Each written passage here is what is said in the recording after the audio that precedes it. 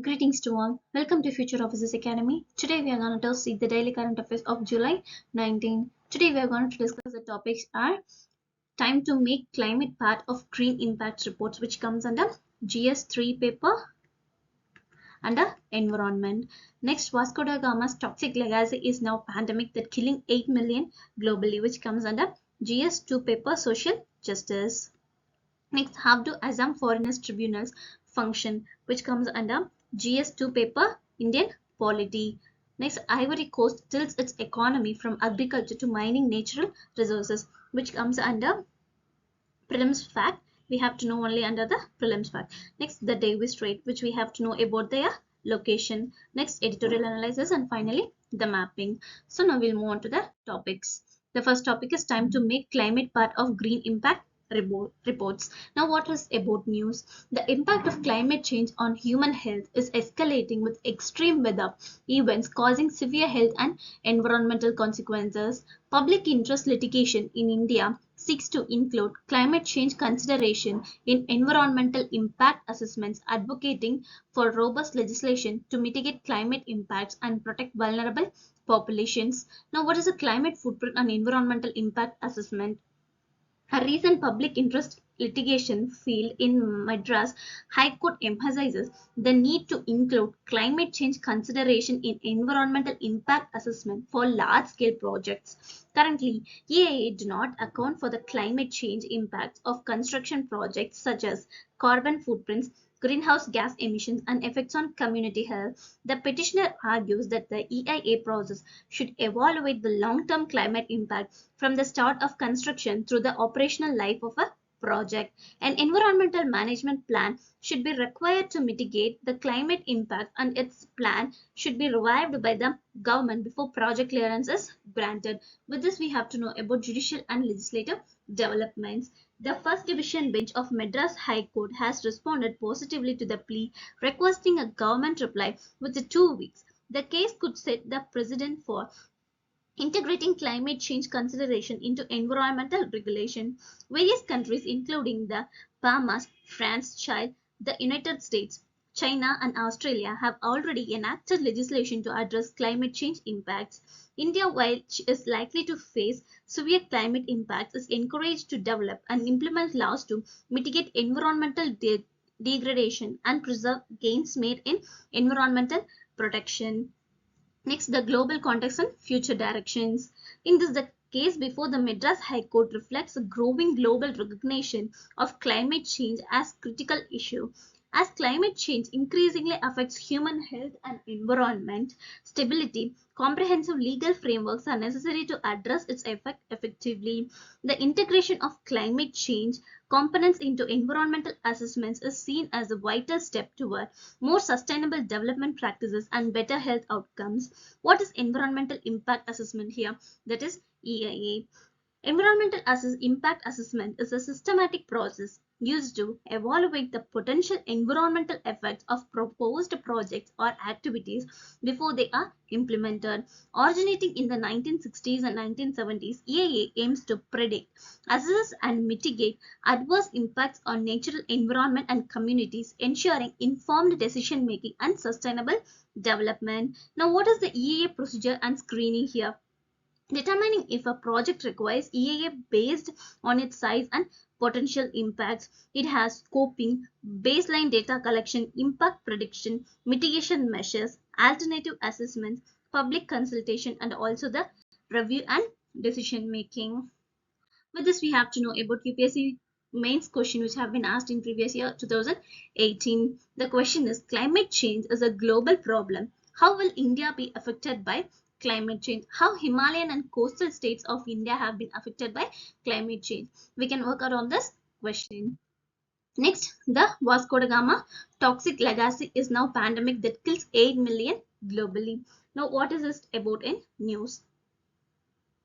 The voyage of Vasco da Gama in 1497 led to the global spread of tobacco, significantly impacting trade and cultures. Despite its economic benefit, tobacco poses severe health risks, including cancer and cardiovascular diseases. It remains a major public health crisis with ethical and economic conflicts in addressing its effect. Now, what are the impacts of tobacco on our health? Tobacco consumption leads to severe health problems, including various cancers such as lung, mouth, throat, esophagus, pancreas, and bladder. Respiratory disease such as chronic obstructive pulmonary disease, emphysema, and chronic bronchitis, and cardiovascular issues such as heart disease, stroke, and hypertension. Now, what are the introduction and spread in South Asia? Tobacco, originally cultivated by Native Americans, was brought to Europe in the 16th century and later introduced to South Asia by European traders and colonizers, including the Portuguese, Dutch, and British. Tobacco rapidly integrated into South Asian cultures and societies, although it was initially foreign to Indian traditions. No native Indian language had an original term for tobacco, with its introduction marking a significant cultural shift. Now, what are the conflicts priorities in this research? There is a conflict between two major institutions in India: the Indian Council of Medical Research, which advocates for reducing tobacco use to improve public health, and the Indian Council of Agriculture Research, which focuses on enhancing tobacco crops yielding and productivity. The Central Tobacco Research Institute, part of Indian Council of Agriculture Research, works on increasing tobacco productivity and quality, with contrast with the Indian Council of Medical Researchers' goal of tobacco-free India, creating an ethical and policy dilemma. Now, the legal and ethical consideration under Article 21 of the Indian Constitution guarantees the right to life and personal liberty, including the right to health. Next, also in the DPSP under Article 39E, 39F, 41, 42, and 47 mandate the state to improve public health and ensure social justice. These constitutional provisions necessitate prioritizing public health over the economic gains from tobacco farming. Now, what is the potential of this CRISPR technology? The gene editing technology it holds promises for addressing the tobacco epidemic by creating genetically modified tobacco plants with reduced harm. Research has shown that this kind of technology can significantly lower nicotine levels in tobacco plants with specific gene modification, reducing nicotine content by up to 94%. However, further research is needed to ensure these modifications do not adversely affect other important traits. Collaboration between the Indian Council of Medical Research and the Indian Council of Agriculture Research is crucial to develop tobacco crops that balance reduced health risk with economic viability. Now, what are the surrogate advertising? Despite stringent advertising has been under the Framework Convention on Tobacco Control, the tobacco industry uses surrogate advertising to promote its products. Surrogate advertising includes using brand names on non-tobacco products, sponsoring events, and featuring tobacco-related imaginary in media and entertainment under determined public health efforts and perpetuating tobacco use. Now, what are the classification as a pandemic here? Tobacco use fits the definition of a pandemic due to its widespread prevalence, severe health consequences, and impact across multiple countries. Tobacco causes over 8 million deaths annually worldwide and affects millions more through chronic disease and disabilities, justifying the classification of tobacco consumption as a pandemic and highlighting the need for coordinated international efforts to combat it effectively. With this, we have to discuss the previous year question paper of prelims, which have been asked in 2012. Consider the following: assessment of land revenue based on nature of the soil and quality of crops, use of mobile cannons in warfare, cultivation of tobacco and red chilies. Which of the above were introduced into India by English? So the answer here is D. None have been introduced by English here. Our next topic is how do Assam's foreigners tribunals function? So on July 5, the Assam government instructed the border wing of the state police not to refer cases of non-Muslims who entered India illegally before 2014 to the foreign tribunals, that is FTs. For this, we have to know about what is foreigners tribunals. Foreigners' tribunals are the quasi-judicial bodies established to determine if a person staying illegally in India as a foreigner or not. They were set up under the Foreigner Tribunals Order 1964, enacted by the central government under the Foreigners Act 1946. Initially, only the central government could set up these tribunals, but 2019 amendment empowered district magistrates in all states and union territories to establish foreign tribunals. The tribunals have the powers of civil court to summon witness, require document production, and examine evidences. Next, the decision-making process of foreigners' tributes includes, that is, referral, notice issuance, next, submission of evidence,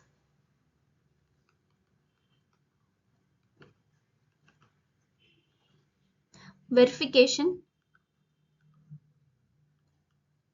hearing, judgment, detention, and deportation. So these are all the decision-making for process of foreign tribunals. Now, what are the role of border police here? They have detention and referral, next patrolling and defense, monitoring,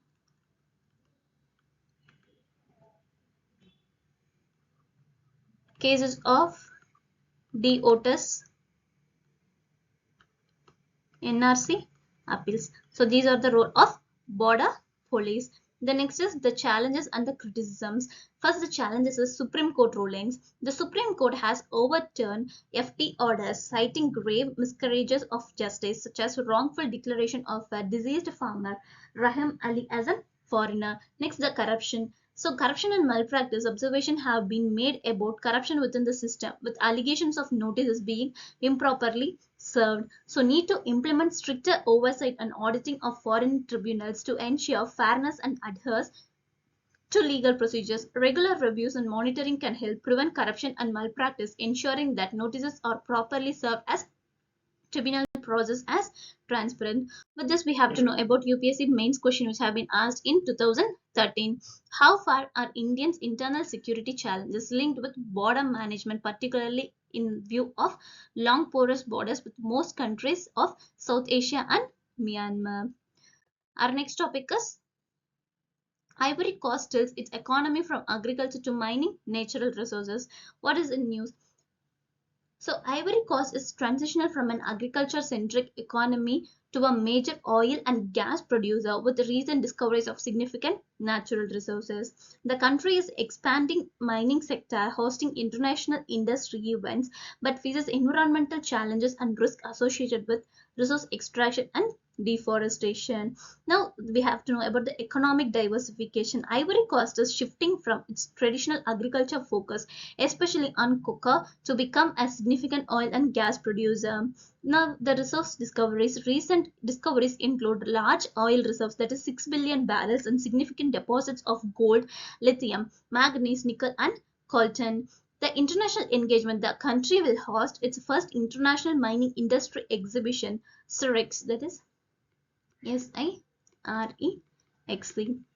in November and December. The environmental concerns here is risk include potential deforestation, pollution from mining operations, and indirect emissions. Efforts are underway to address these issues with goals for carbon neutral operation. Now here we have to know about Ivory Coast. Ivory Coast, officially known as Cote d'Ivoire.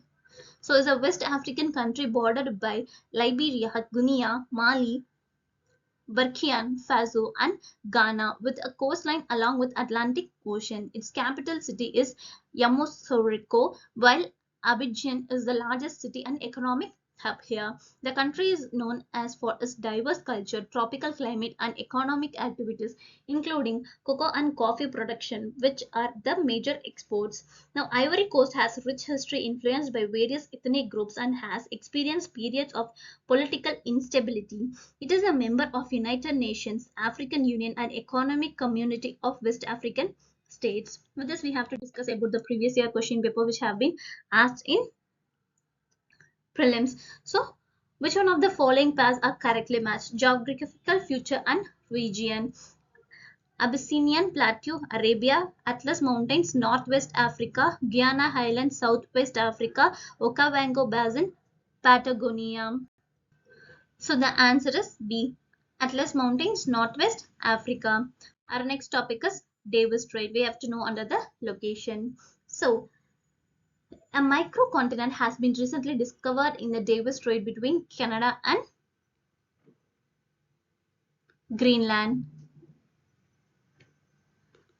So what is the newly discovered this microcontinent? The discovery was made about Davis Strait, a large stretch of water located between Canada's Baffin Island and Greenland. The strait was confirmed millions of years ago when the tectonic plates between the two islands shifted, reconfiguring the Earth crust. That resulted in the formation of thick continental crust in the ocean, which has now been declared a newly discovered primitive microcontinent. It has been named the Davis Strait proto-microcontinent since it formed owing to tectonic evolution of strait in the region. The microcontinent is 19 to 24 kilometer thick thin continental crust and is surrounded by two narrow bands of thin 15 to 17 kilometer continental crust. Now we have to know about this Davis Strait.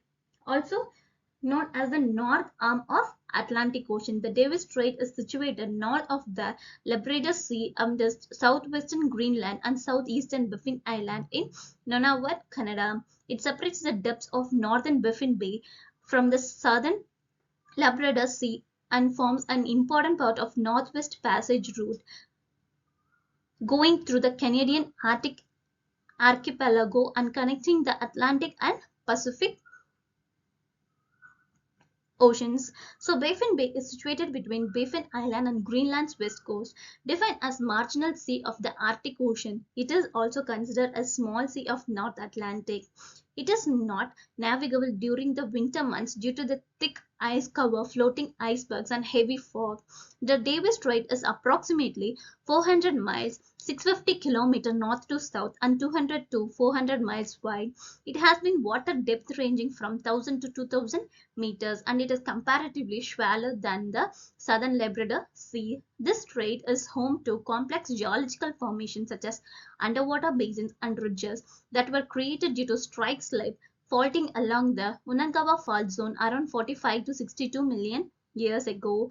It triggered plate tectonic movements in the Labrador Sea and the Baffin Bay, leading to the formation of a strait.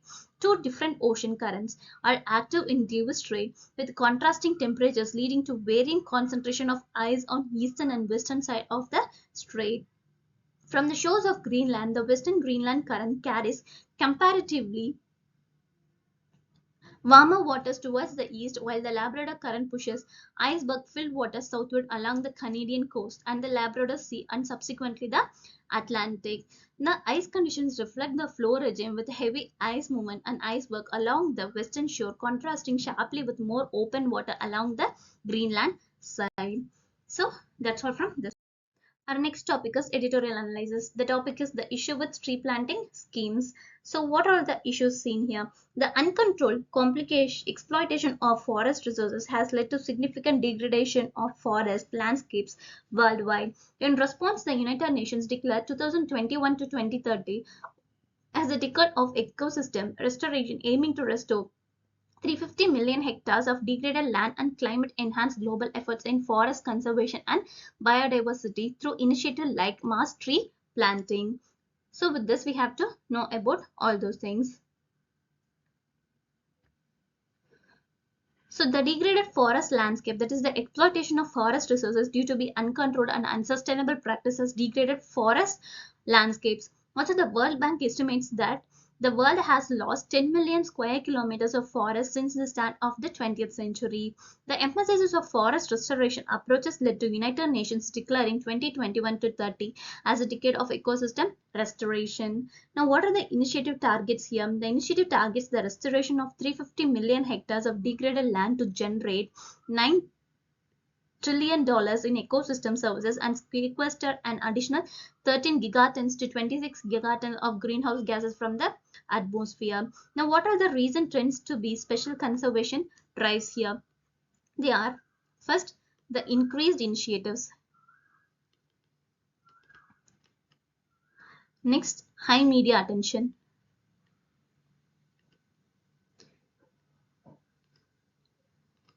And annual events. So these are some of the recent trends of this special conservation drives. Next, now what is the importance of this tree planting? The importance of this proven method is tree planting is proven method to support and sustain biodiversity and address climate related crises and environmental challenges. The next is carbon sequestration. Next, tackle climate change. Also the ecological balance. Next, planting program. These are the importance of tree planting. Next, what are the India's accountability and challenge towards this environmental goals are?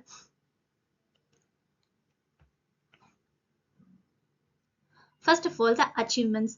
India claims to have fulfilled in Paris Agreement commitments and achieved an additional carbon sink of 1.97 billion tons of CO2 equivalent. Next, the encroachment and loss. Approximately 10 million hectares of Indian forests are under encroachment and about 5.7 million hectares have been lost for non-forestry purpose. Next, the dependence on forests, also the restoration goals. The restoration goals aims to restore 26 million hectares of degraded forest by 2030, but faces challenges such as encroachment and the need for effective tree planting strategies. Now with this, we have to know about the history of Van Mahotsav. The Van Mahotsav or Forest Festival is an annual 1 week tree planting festival in India. The history is the day goes back to July 1947. It was first organized by the Punjabi botanist M.S. Randhawa. According to the IUCN, deforestation and forest degradation contribute around 12% of global greenhouse gases emissions, and the total area occupied by primary forest in India has decreased by 3.6%. Now, what is the forest landscape restoration here? Typically, governments have been relied on the process of afforestation and reforestation as means of establishing trees on non-treated lands. These strategies have now evolved and focuses now on forest landscape restoration. Landscape restoration is the process of regaining ecological functionality and improving human welfare across the deforested or degraded landscapes. Forest landscape restoration seeks to involve communities in the process of designing and executing mutually advantageous interventions for the upgradation of landscapes. Now, what is the importance of this forest landscape restoration? Forests are integral and in regulating ecosystems, influencing the carbon cycle and mitigating the effects of climate change. Annually, forest absorb includes nearly 33% of CO2 released from the burning of the fossil fuels. So forests are a boon for local communities and their livelihoods by functioning as a resources base for goods and services.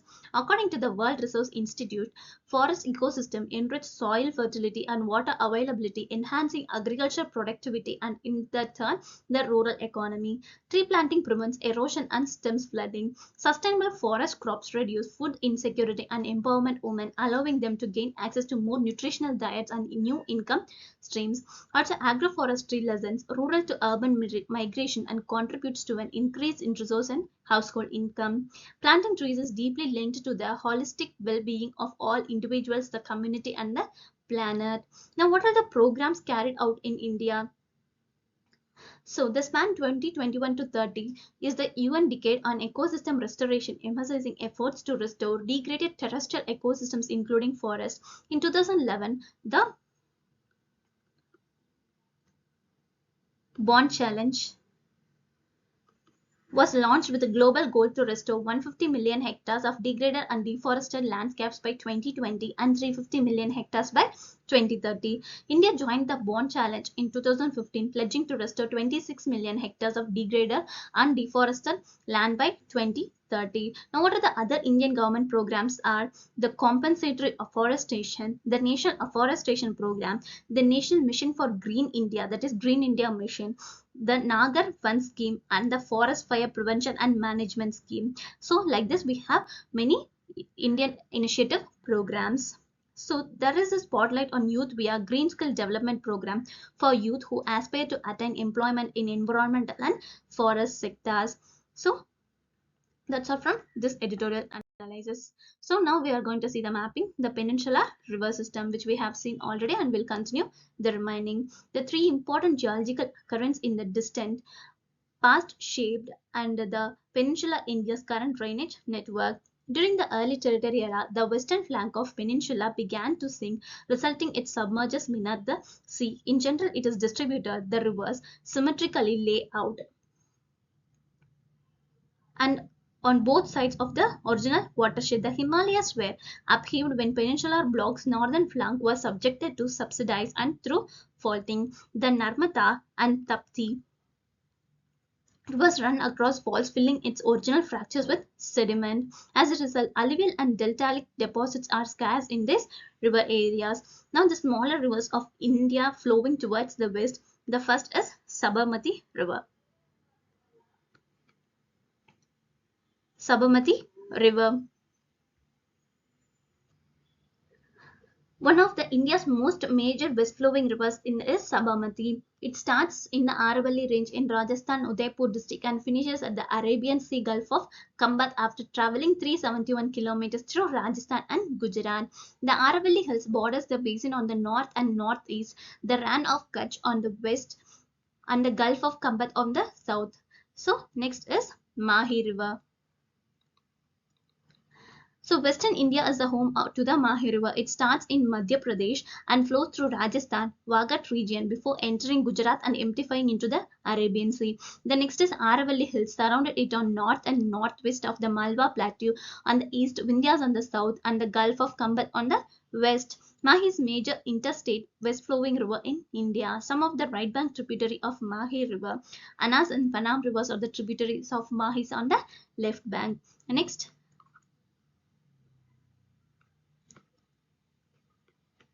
Gandhar River. Its originates may be traced back to Jamnahar's Lalpur district. The main fluvial sedimentary phases, the late Pleistocene deposits in the Dadar River basin, have preserved paleo drainage signals and may serve as an important link between subhumid Narmada basin in the south and the semi-arid Nahi basin in the north. Next is Sharavati River. The Sharavati River flows through Indian state of Karnataka. It begins in the Western Ghats and goes northwest for 16 miles to Honavar on the Arabian Sea. Ambutirtha is a mountain in Shimoga district, Karnataka, India, near village of Tirthahalli. It is the source of Sharavati River. The river basin of the Sharavati is extensively wooded. Nandi Hole, Haridwarti, Manivahan Hole, Hilkunj, Any Hole, Harley Hole and Nagodi Hole are the river's principal tributaries. The next is Bharathapuzha River. So it is which flow inside the Arabian Sea is Kerala's second longest west flowing river. It is bounded on east by the Kaveri Basin and the west by the Arabian Sea. It is a river in Kerala, India. It is also known as Nila, Ponnani and Kuttipuram River. The main course of this river begins as a series of minor revolutes in the Western Ghats near the Anamalai Hill Range in Tamil Nadu. The three major tributaries are Gayatri Pula, Kalpatipura and Pulantod. Next is Periyar River. The source of Periyar lies high in the Western Ghats. The Periyar River begins on the southeastern edge of the Idukki district. The river headwaters are in isolated woods of the Periyar Tiger Reserve. According to various reports, the river source is Chokkampatti Mala, an hill on the southern fringe of the Periyar Tiger Reserve. It ultimately drains into Vembanar Lake, which finally empties in the Arabian Sea. The river Periyar is the longest and has the highest discharge capacity in the Indian state of Kerala. Next is the small rivers flowing towards the east. These are the west flowing rivers. Now the east. So they are first Suvarnareka River. So it begins at an elevation of 600 meters in Nagri hamlet in Jharkhand Ranchi area. It is bounded on the northwest by the Chota Nagpur Plateau, on the southwest of Brahmani Basin, on the south of Budarbanga Basin, on the southeast by Bay of Bengal.